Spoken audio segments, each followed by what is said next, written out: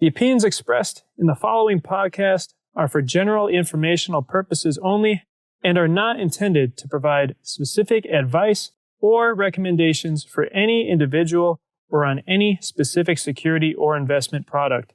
It is only intended to provide education and entertainment about the financial industry and the stock market. Enjoy. Today on Pennies Going In Raw, we have on Todd Ault, CEO of Alzamend Neuro, founder of Ault Global Holdings, and a 25-plus year investor. Let's get it. Hey, yo, check 1, 2. This is Flavor Flav in the building for the Atlas crew. Atlas Trading, what the fuck is up? There are traders, there are prodigies, and then there's legends. We're up 4%, baby. No way. 4 fucking percent. Buy the fucking dip. Hey, who told me about IDEX? Like, dude, what the fuck? Like, someone just made, like, a lot more money than me on my trade. You find out life's this game of pennies. Did you check the portfolio? Pennies. The margin for error is so small. I bet Warren Buffett never did that. And they out there making money right now off of penny stocks. Them two guys is putting in work to make y'all rich. The pennies we need are everywhere around us. Time to think big. Pennies Going In Raw. Featuring Dan, Deity at Dukes, and Hugh Honey. Produced by Vinny Strokes, baby.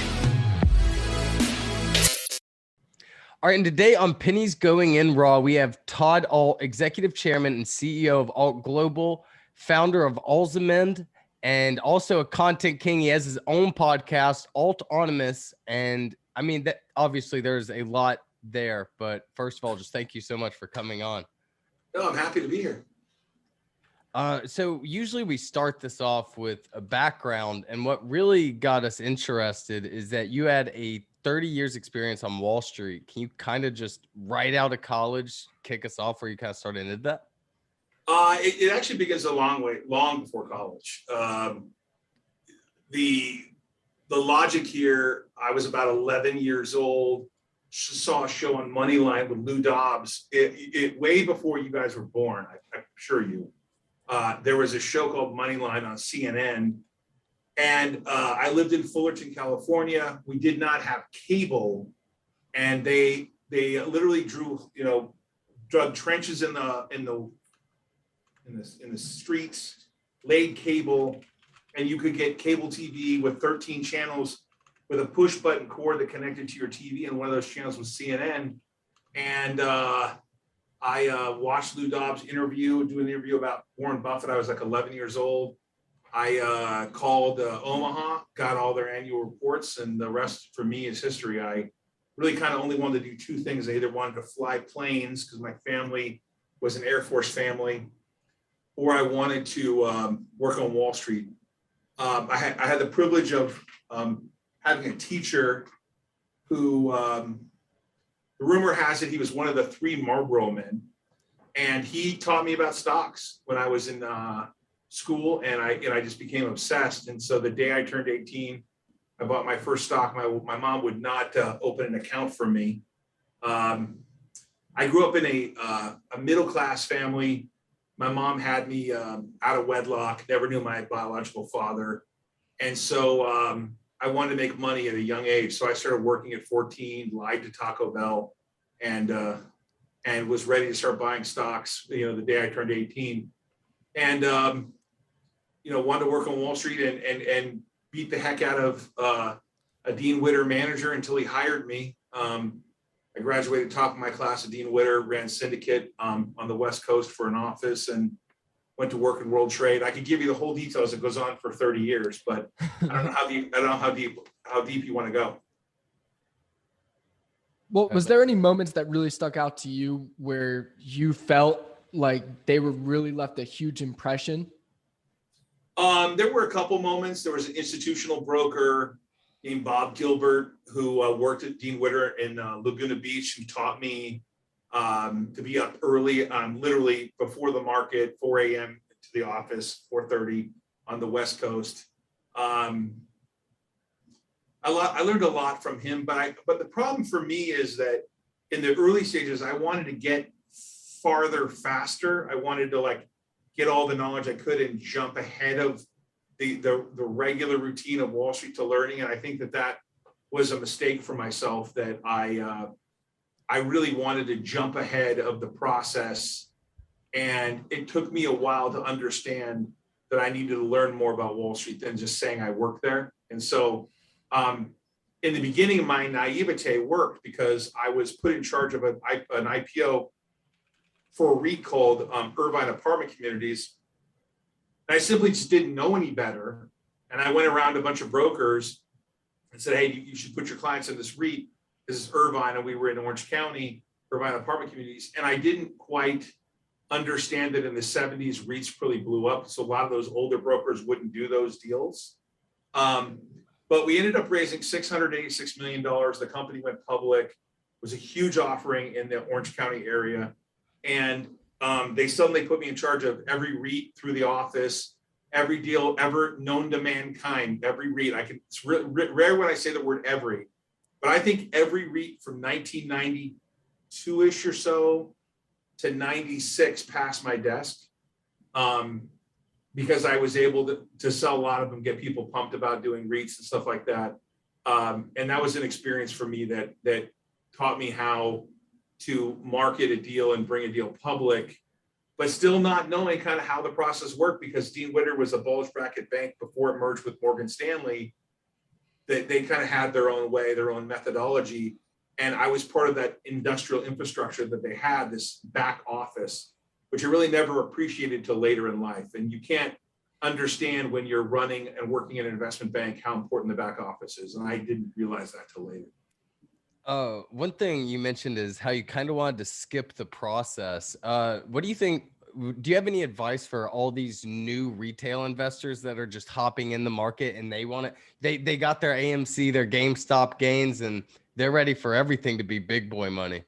Yeah, I will tell you, it's the most troubling thing I've ever seen and the most empowering thing. So let me tell you what I've not, I can't reconcile it. Okay. I cannot reconcile with the two of you how this works for me, because on the one hand, you have a generation that has great access to data.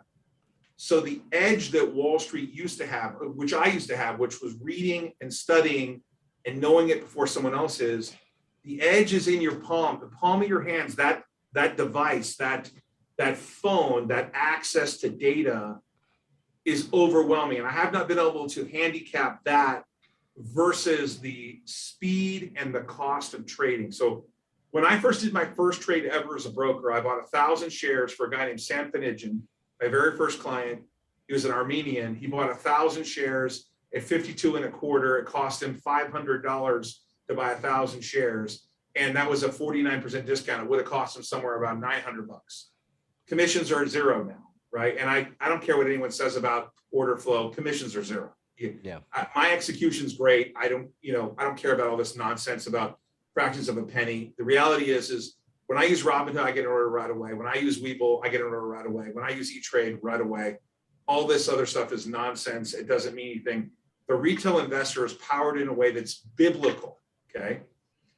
But they haven't experienced, in my opinion, the reverse of how bad the market can be. I was there for the debacle that was .com, and it was, stocks went to zero. They went to zero, dude. I mean, all the way to zero. And I don't think anything I can say will make anyone hear that, right? That it's possible that a stock goes to zero. Well, so I want to tell both of you, I don't know. I don't know how to handicap the power that you guys have in the palm of your hands and the knowledge you guys get faster than older generations. So if you think that a computer exponentially gets more powerful, right, Moore's law, then you've got to believe that the retail investor is getting more educated faster, quicker, with more knowledge. And so in one way, I would never bet against them, but in another way, when there is an epic sell-off, it will be biblical. Yeah. To your point, I heard you say, you saw some stocks go to zero. So I was actually having a conversation with someone not too long ago. And one of their points was that since really the 1980s, we're rigged long. We're basically rigged long, and saying that, with all these, circuits in place, halt downs. I mean, we could halt for an entire day. Does that change kind of like your perspective in saying that, yeah, okay, stocks could go to zero, but it would take so long for the S&P to really have like, let's call it like a 60% drawdown? Because there are those measures in place. In 2008, I believe, after the Lehman bankruptcy, I watched the market go down every single day, very similar to what happened, the Ackman bottom, when he said, this is going off the cliff here with the Ackman bottom after COVID. Yeah. People act in irrational ways. And when the tide turns the other way, then people will be irrational. Now, it's a catch-22 for me because I've made almost all my money in irrational days. That's where I've had the big payoff in those irrational periods of time. So there's no way that you could convince me, as a guy who's done this a long time and ran a hedge fund for many years and owned a broker-dealer, has been CEO of public and private companies, that that you couldn't have a biblical sell-off where, but I'm not referring, so this is a different question. I'm not referring to the indexes going to zero. Yeah. That's not something like in the 70s that took place where you had the Nifty 50. I'm talking about individual securities that don't make sense, that they won't have a bid the same way when there's some sort of sell-off. But gotcha. There's so much liquidity right now, and there's so many people in the market that process would take a longer time. I'm agreeing with you that it would take a longer time for that to happen because there's so much liquidity and there's so many diverse traders out there now that have a better understanding of things. I'm the executive chairman of a public company. We put something out, and within a minute, people are posting stuff, even if it's incorrect, they're posting their version of a story about what's really taking place. And Hugh, I saw you. I mean, your story is remarkable about how well you've done. And this goes back to my point about how the speed of things now has changed. The velocity of trading has changed. The velocity of money has changed. And therefore, I'm not going to say it's different this time. It's not, but it's different in the sense that the marketplace is different. There are more players than ever before with more data, compressing that data in a faster period of time with some pretty brilliant people. I mean, there are people out there, I run a bunch of investments now, about 100 million. I have a new fund launching. There are brilliant people out there that are young, that never went to college, that I'd hire in a second to come work for me because they're smart and connected and incredibly knowledgeable on access to data.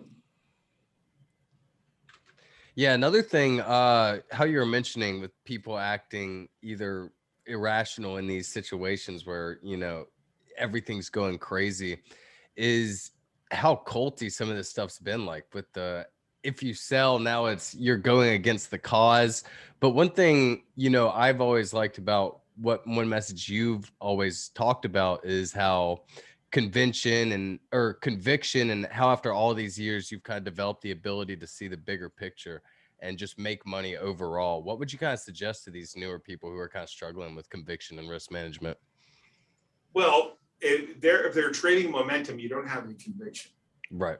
The stocks that I trade, for the most part, the trading part is technical. There's some event taking place. The stocks that I own are based on conviction. I've been investing with Alzamend for 6 years. I own it.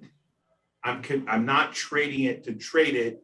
I have recently bought more on the way down. It was an interesting dilemma because it went public at 5, went to 33.55, then went to 7, and I bought more. I just said I'm going to buy more because I'm convinced of the long-term value, if there can be value in a biostock, using the word value connected to a biostock. But I own Ault Global. I own I own these stocks, and they're part of a longer term investment philosophy I have.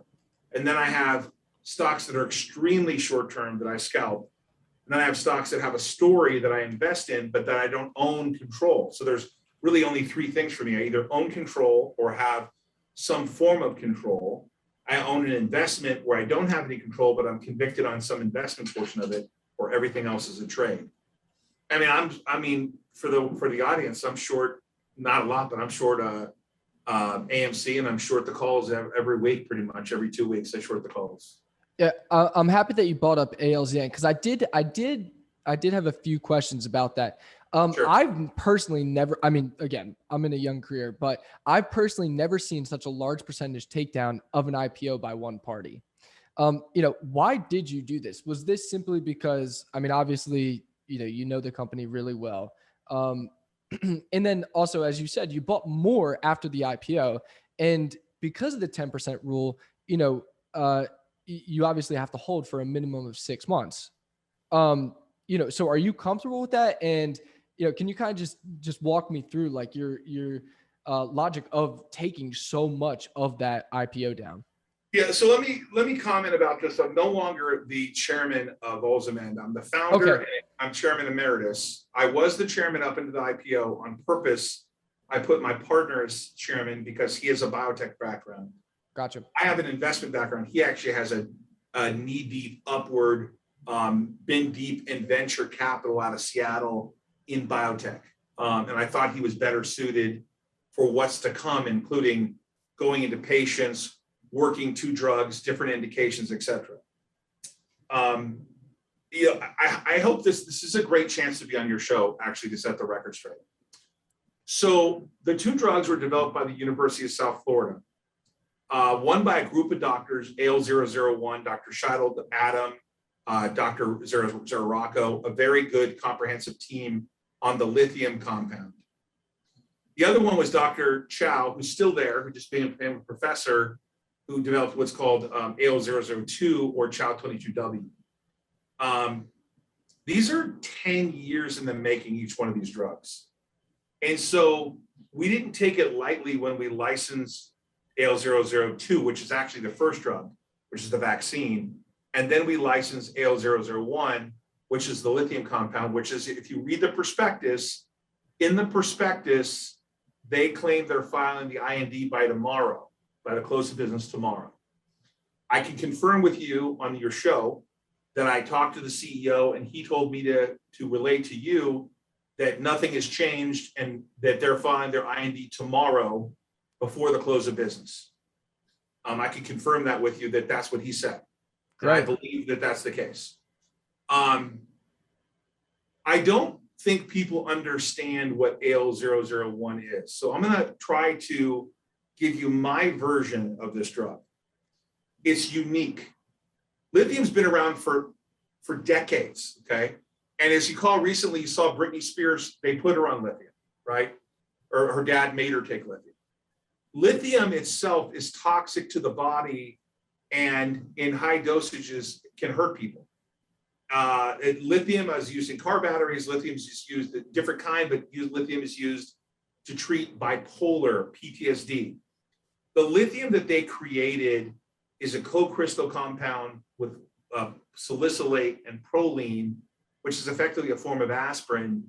And what it does is it's co-crystallized into a small molecule and delivered into the brain in a smaller dose, which therefore you could conclude, we have to prove, by the way, I want to be clear, we still have to prove this, but you could conclude that you would not need a blood test to test the levels for toxicity because it's a smaller dose. There's a ton of evidence out there already that it helps people with Alzheimer's, including improved cognition, slowing the progression. Now, these are holy grail events. Like, think about it. If AL001 slows the progression of Alzheimer's, it'll be a holy grail event, right? I mean, it'll be like biblical for the company and for the public. My father was recently put into an Alzheimer's home. It will not help him. But the reason why I have such a high conviction here is I've spent time with the scientists. I've spent time at the University of South Florida.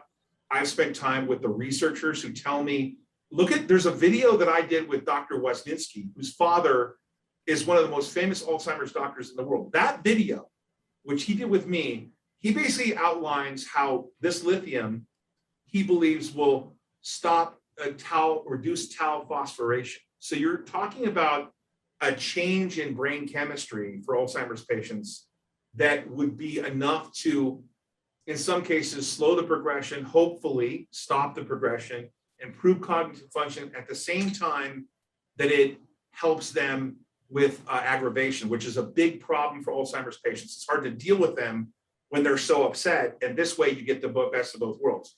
But let me take the investor through another part of it.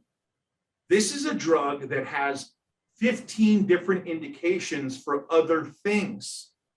And we believe and hope it's going to become a lithium replacement on prescription. There's already approximately, according to our data, 3.1 million people on lithium. And they're doing that and having to get blood tests. This is a lithium replacement. This is lithium 2.0 with a huge benefit for Alzheimer's patients. Remember, Alzheimer's patients are generally older and they're not easy to deal with when it comes to giving them medication. This is a sprinkle capsule. You can put it in their food, they can take it. So I'm a believer in with my money and the company's money. And I want to be clear, I'm not suggesting anyone buy the stock. This is up to you. But if I've done enough research to understand that I think that it's a lithium replacement 2.0 at a minimum. At a maximum, it's a massive treatment for Alzheimer's. And therefore, I have a way out. I have a $300 million to a $3 billion drug for lithium replacement, possibly. I say that because I have to say that until it gets through the FDA. But you're asking me why I have conviction. Yeah. I have conviction that this is the drug is a massive winner, assuming it gets through all the testing, because it's replacing an existing market. It's a reformulation, composition of matter, and a better lithium. But now for the first time, instead of using lithium carbonate, you can use AL001 to then get people with Alzheimer's to have a treatment for them, which would be a huge accomplishment for people to be able to take this to change their mood and also to help them with their Alzheimer's. Now, go ahead. I'm sorry. No, please. Please. Secondarily to that, there's a vaccine. Now, the first one, the Alzamend vaccine, they used an adjunct and it put water on the brain and they died from basically water on the brain, and that stopped the test. Dr. Chow invented a mutant peptide, Chow22W, where we take your blood, we treat it, we put it back and inoculate with your own blood with a mutant peptide in it, therefore unfolding the tangles in the brain. And he's convinced that it's a vaccine. Now, these are not, I want to be clear, these are not base hits. These are, if successful, they're grand slams to epic degree if they work. And I understand, therefore, if you look at valuation for me, when I was able to put the 10 million in at $5, I had already put money in lower. So if you look at Ault Global's position, they have approximately 22 million shares with, I think, a $2 and around 26 cent average if they exercise all their investment. From a valuation perspective, if you look at it just being a lithium replacement, I think I make money. If it's just a lithium replacement, if it's everything we want, and it's never everything you want, then the numbers are gigantic. They're just to think about what a treatment for Alzheimer's would be worth. And I want to be clear with everyone, never sold a single share, haven't taken a penny out of the company. And in fact, I would argue for the first 6 years, I didn't want anything from the company. I wanted this. Remember, I'm married to someone whose mom died from this. My grandparents died from Alzheimer's. My dad's sister has it. My dad is now in a home, an adjacent home to his sister, in a home for Alzheimer's.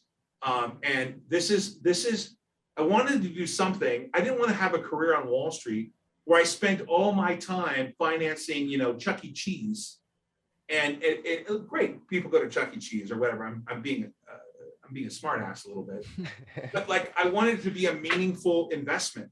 And so Alzamend has become meaningful. And I realize it's going to be volatile and and there's going to be people that trade it. But the most important thing is when it gets into patients, what that data shows. And if it shows what the scientists believe, then we're off to the races. Yeah. So you touched on it, but is that pretty much where your passion comes from for this? Is from like your family legacy? Is that where all of this comes from? Or is there? If I believe there was a better Alzheimer's company, I'd invest in the company. It's not about the company. It's not me. I didn't do this. The scientists did it. I mean, Dr. Chow, Dr. Scheidel, Dr. Adams, all those guys, they did the work. Dr. Zerracco, they did the work, and they believe in it. I looked them right in the eyes, and I spent time with them. They educated me on the product. Zerracco is one of the top chemists around in the world. None of this should be, the only credit I get is raising the capital and making people, beating them with a stick to do this, because I had to physically beat people until, like, verbally, until they did this deal, because it took forever for me to convince people that this is the way to go, because they're like, what do you know about Alzheimer's? And I have conviction hardcore to make them understand this was going to go public, and we were going to get multiple shots on goal to tell people, listen, there's 2 drugs that can help Alzheimer's patients. And one of those drugs has multiple indications for PTSD, bipolar, suicidality, all kinds of different indications regarding psychiatric care. And I didn't take this lightly. This is something that I have worked on for 6 years before it went public. I see people talking about, like, I pulled this out of my ass a couple of days ago. It didn't happen. This is something that's been going on for a long, long time. And the university is very behind it. And keep in mind that University of South Florida is one of the biggest shareholders of Alzamend. Yeah, I definitely think everyone will agree this is a lot more important than Chuck E. Cheese. So one thing for our listeners, would you mind kind of, you said that an IND will be filed by tomorrow, which is Wednesday, the 30th. Would you mind kind of explaining for our listeners that don't know what an IND is and what that means for your company? I do. I want to be clear. I said that the prospectus said there would be an IND filed tomorrow. Okay. Yeah. That's the legal. Allegedly. Right. And then, no, not allegedly. The prospectus says it. And then I wanted to tell you that I confirmed with the CEO that they were filing tomorrow. Okay. Okay. So I just want to keep, everyone. I get my words monitored. Trust me. Right. Yeah. My bad for putting them in your mouth. No, that's okay. It's all right. So an IND is an investigational new drug application. And it's what you file with the FDA before you go into patients. Now, we have a CRO called Tamnet. They've been working for 2 years to file this IND. And you need the money. The reason why you go public is you need the money in the bank to prove to the scientists when they go to test patients that you have the capital to see it through, because you can't really stop midstream, right? So they raised that $14 million. They're ready now to go into patients. You file the IND, you have the capital to go, and you start studying. Now, in the case of lithium, I said earlier, AL001, that's not a new drug in the sense that it's not been out there before. So you think, wow, it's already safe. But it's the first time the combination of these drugs have been put together in a composition of matter. So the FDA said, hey, we want you to do a short study to make sure it's safe for the belly and for the patients. And then we want you to start dosing patients after that. We're hoping to go to a phase 2B and fast track. Once we think we have efficacy, the company's goal is to get that into human beings for actual treatment, right? To do that, there'll be a small study in the beginning just to make sure it's safe. It is lithium. It has been used for years, so we're anticipating, obviously, the best. It has been tested in other ways before it goes into humans. And so the IND allows you to tell the FDA, this is what we're doing. Here's all the thousands of documents we have to support that our drug is safe. And then they give you the go-ahead to go into human beings. That's what an IND is. And that's really the genesis of it going to get approval and ultimately be in humans. So this IND will allow them to go into human beings and go through the different phases of the approval process. And long before we're in the drug is in phase 3, you'll have data, and that data will be the most important part of understanding the drug's chemistry and the efficacy for patients. That's awesome. I mean, that's super exciting. And, first off, congratulations on even getting this far. I mean, when you think about oncology and Alzheimer's, it's such a difficult space to even make a small splash in. So Sure. The other thing that I was reading online is that a lot of investors are worried about your cash position. Cash position. Can you touch a little bit on if you guys plan to raise? Because human trials are expensive.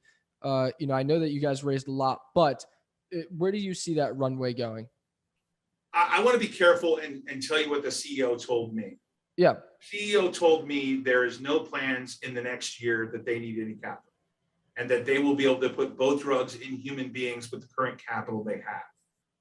Awesome. Now, keep in mind, it's important to understand that we have the right to put in more capital. So when you look at our exposure under what they currently have, they would not need any more money for quite some time.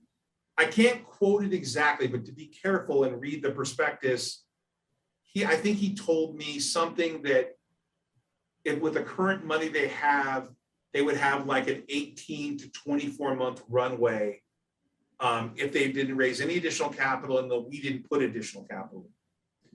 I think he told me that with the capital we committed to put in, the additional capital, they wouldn't need any for quite some time. Now, would they, if the stock were to be like some of these other stocks that have traded to the moon, would they do an offering?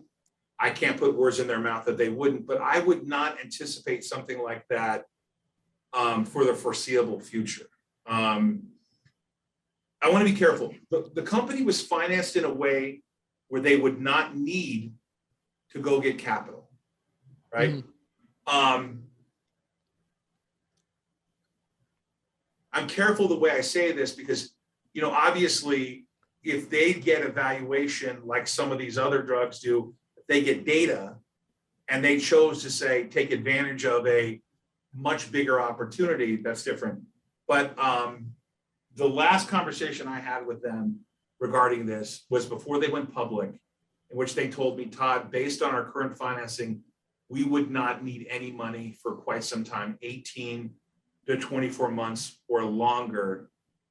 And that would be, and then the longer part would be is if I decided to put the existing money I've committed to put into. Now, I have the right to say I'm not going to put it in, but if they're making progress, there would be no reason why we wouldn't commit the additional capital. Obviously circumstances can change, but we did not go public with the idea of doing a secondary offering anytime in the first year. Well, listen, Todd, I think as a shareholder, full disclosure, if I'm looking at $50 a share, you can raise any amount that, or they can raise as much as they want at $50 a share. I'll be fat and pretty. I would say to you that I don't know that even for them at $50 a share, I can't speak for them anymore, but I don't know that they would need to raise capital because they have commitment from Ault Global through DPL for, as you read it, additional warrants and stuff like that we can exercise. Yeah. And so I think that they would, they would obviously be thrilled with that if that ever happened, that price. But we didn't bring the company public with the idea that we had to go back to the capital markets. I know a lot of companies do that. Yeah. This is not one that is in need of capital tomorrow or 6 months from now. After they get into patients and they have data and they believe the drugs have real value in the sense that they can show clinical data of where they're headed towards, then you do have a different conversation. I didn't want them to go public. If you ever looked at DPW or Global, we went and bought the company and financed it and then bought things that needed to keep financing. And then the market kind of went against them.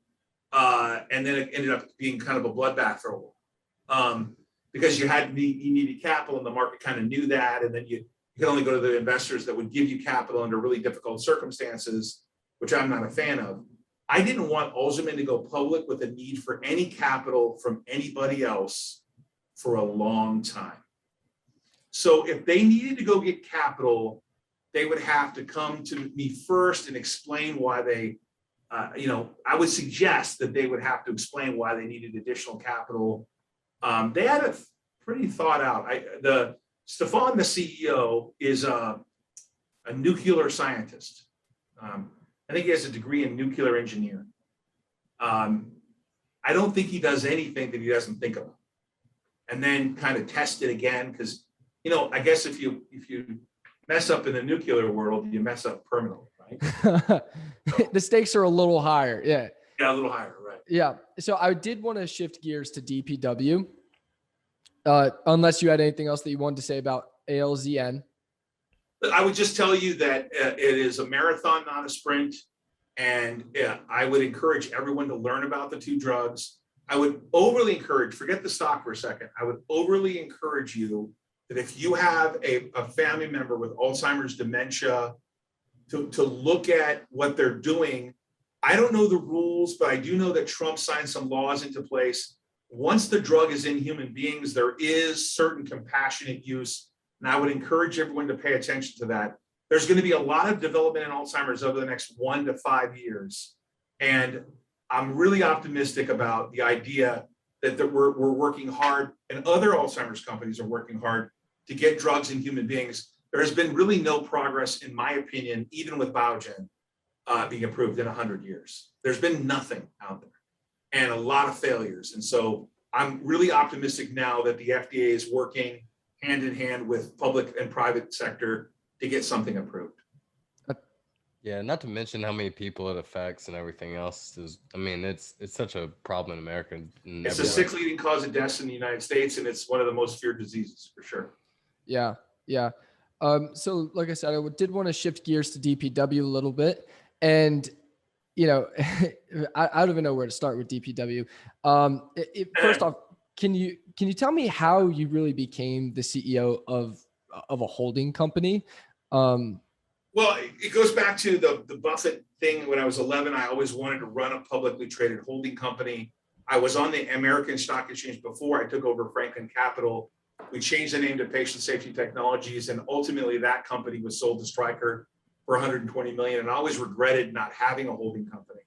And I decided when I came back after 2008, after the debacle of 2008, where my broker dealer went out of business, et cetera, that I would run a holding company again and permanently run one. So I made a list of 5 companies that I wanted to take over. DPW was one of them. Within a year, all three of the companies were taken over by somebody else. And I got a call from a broker who said, hey, got a company in Fremont, publicly traded. I said, if it's in Fremont, it's got to be DPW. He said, how'd you know? I said, on my list, serendipity. 2 days later, I made a deal with the chairman to buy control of the company because he was ill. He was in Israel.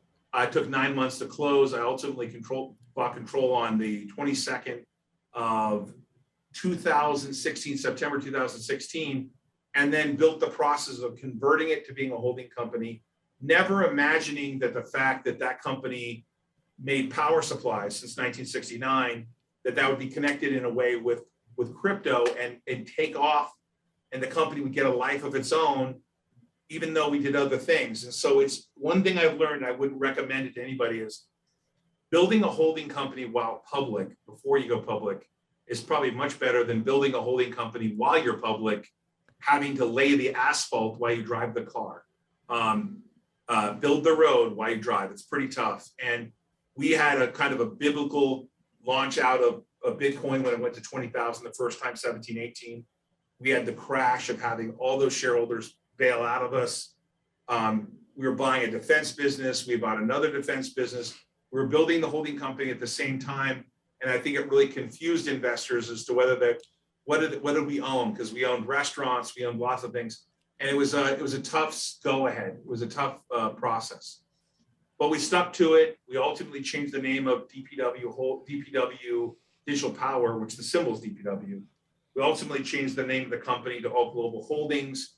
We now own a defense company that owns businesses in Israel, 2 in England, 1 in Connecticut. We have acquired Microphase, Relac. We have acquired Enertech. We own a power electronics business, which is Coolassist, which owns Digital Power, the old Digital Power. They have an EV business called Turn On Green. We developed a California licensed lender, Digital Power Lending. We own a data center in Michigan. The list is on. As many of you guys know, we're activist investors. I've always been an activist investor. When I ran a hedge fund, I made lots of investments in public companies where I tried to seek control or change. You recently saw TerraWolf merge with Iconics. That was a big position of ours. We own 10% of Iconics. It's a huge win for us. We had a huge win in SSY, in Mosey, MOSY, Friedman Industries. We started buying that in the 8-9 range. That great steel, that business has really done great because of steel and the steel prices. What else do we have a 13D filing in? I can't even remember at this point. SSNT is one of our biggest positions, and we have that stock we started buying it at 4. It's now, I think, 11 or 12, 11.50. They're a software as a service business, and they also have a software resale business. They're like an Accenture, a mini Accenture. Y'all are holding a lot of the stuff that Stock Twitter holds. They'll know a lot of these. Mosey, SS&T. Yeah, Mosey, I ended up buying.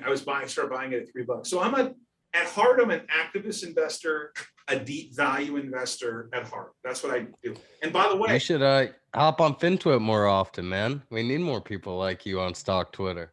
On Stock Twitter or Stock Twits? Stock Twitter. No, we stay away from Stock Twits a lot. It's haters on that program. There. People make stuff about me all the time. I'm like fascinated with what they come up with. Honestly, for entertainment purposes, sometimes at night I just log on to Stock Twits and say, "Hey, honey, did you know I did this before?" Because there's all kinds of cockamamie things on there. And they only talk about my losers. They don't talk about SNFCA or Jack in the Box or Taco Cabana, or how patient safety sold to Strike for 120 million. They only talk about my losers, which is fine. Okay. Yeah, that's not in their not in their plan. I mean, that doesn't fit their agenda right there. Sure. If they talk about your winners. So I became the CEO of a holding company really because I wanted permanent capital and I want to build and reward shareholders over time. We're doing that now, but the road to get to where we are now involved 2 stock reverses and a lot of pain.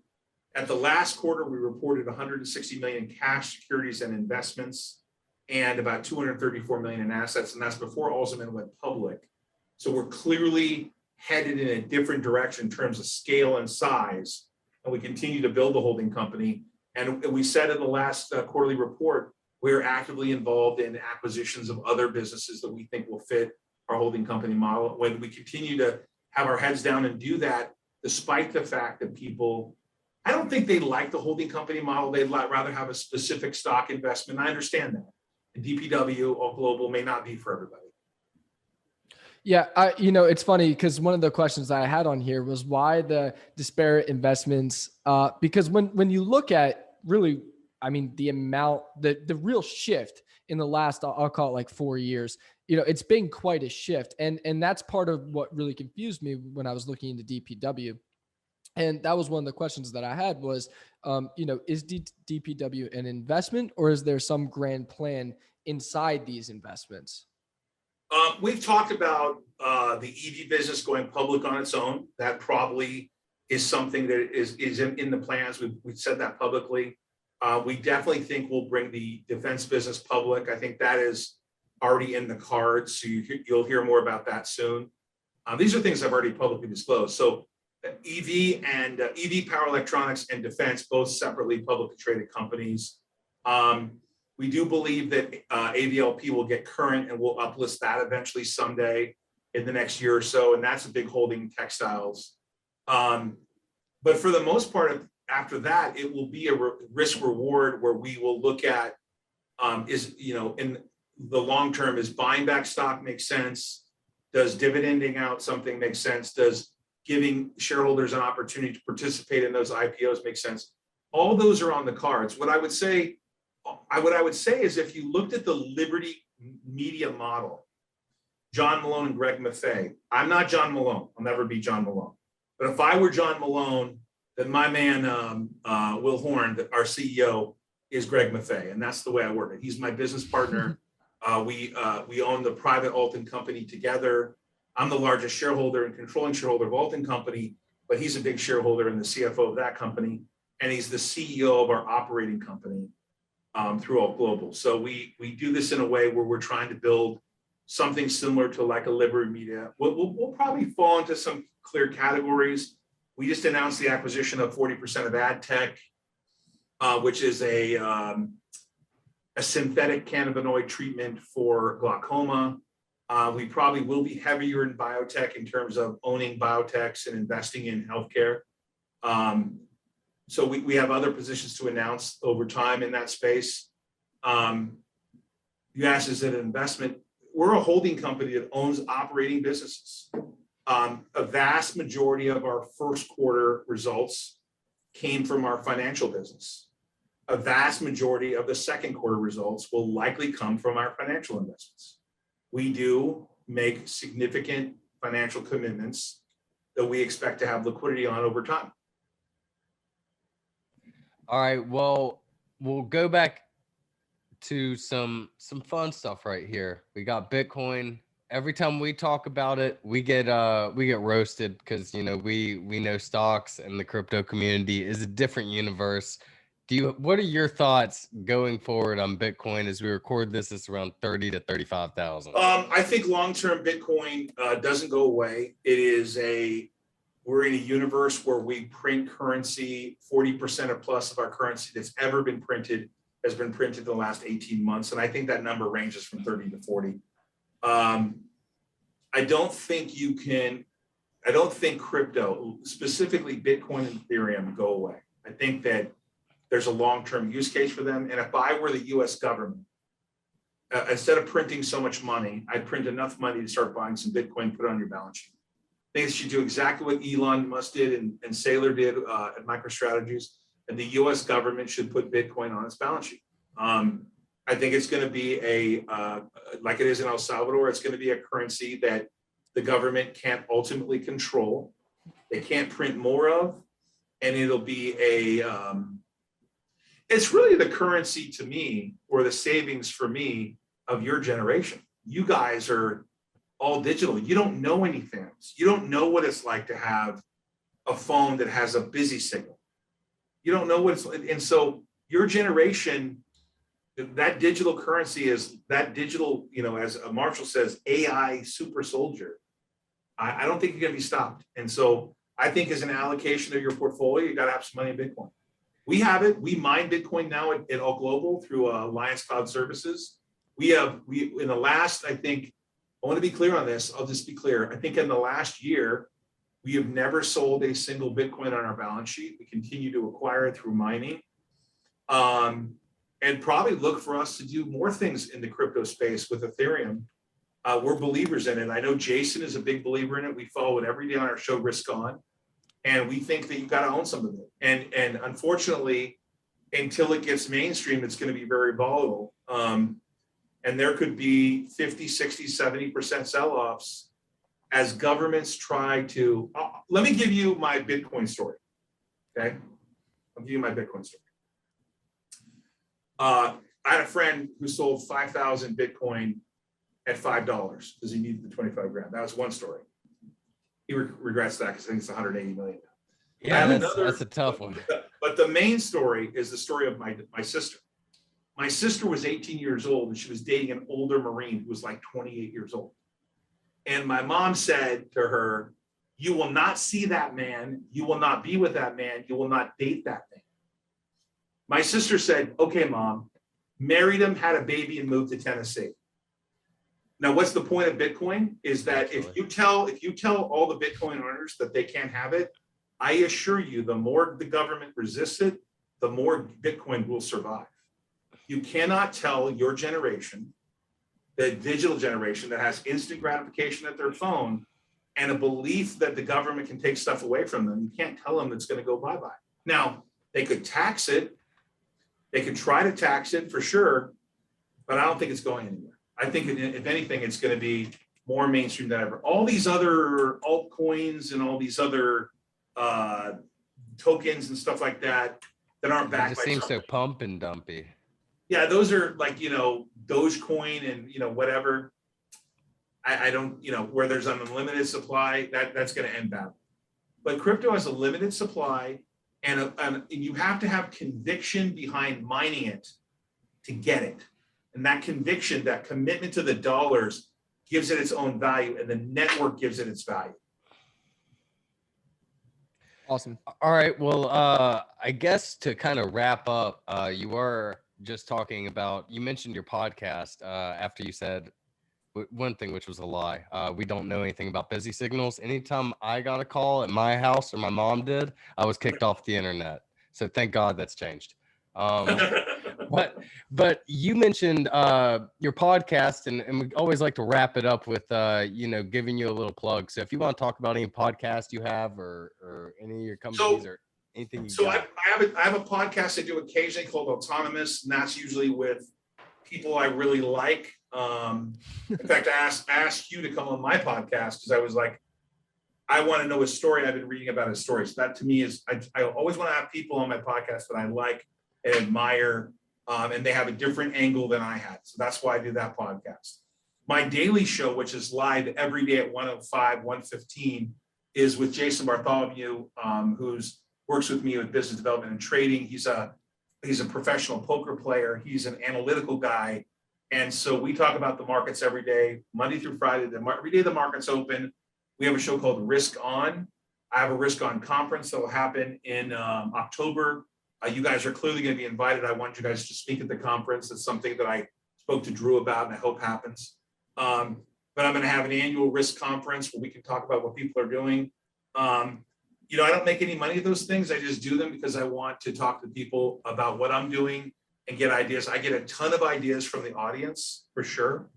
I recently subscribed to, thank you, your Twitter and something else.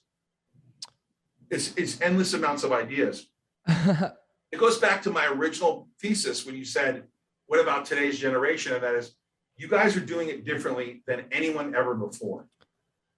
And the power of what you guys are doing, the power of your group, the power of Reddit, Wall Street Bets, the power of the communication, the instant communication you guys have, is something Wall Street's never seen and not ready. And Wall Street tends to react to regulation, meaning they're behind in the regulatory environment.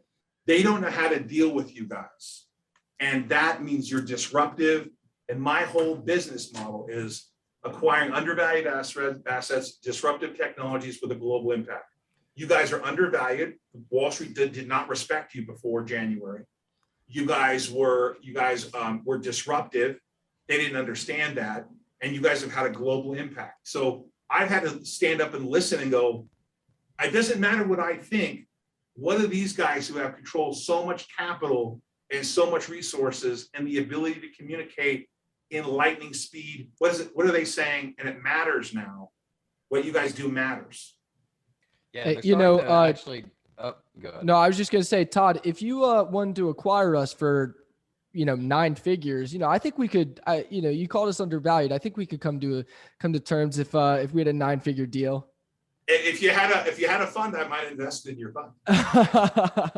No, I was just going to say how you're right. They really didn't respect a lot of the retail investors until January, February. I never saw, like, every single day I see a notification pop up. Top 20 tickers that Wall Street Bets is talking about this morning. I wasn't seeing those in January or any time before that. They Right. took notice, and even when it happened the first time in February, they had to take a unprecedented halt to it all and just stop trading from all the brokers. So, it's interesting the way they handle it.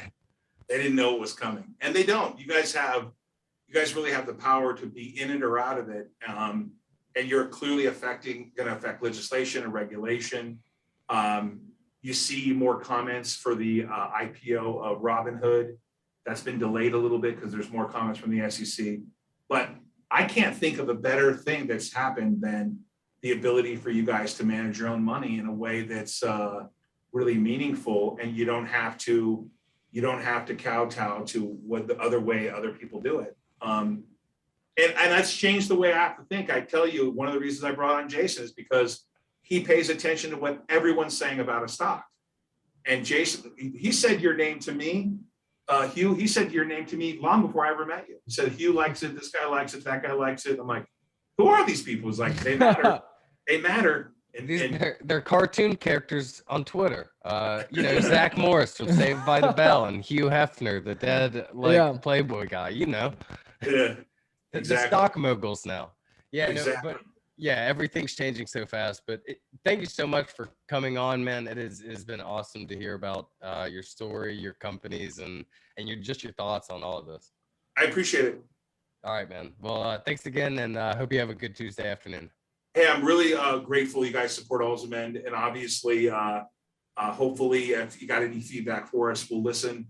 We're going to do our best to keep everyone educated out there. The company's absolutely committed to doing the things it said in its prospectus, so we're super grateful you guys are supportive. All right, thanks a lot, man. Thank you, Todd. Take care.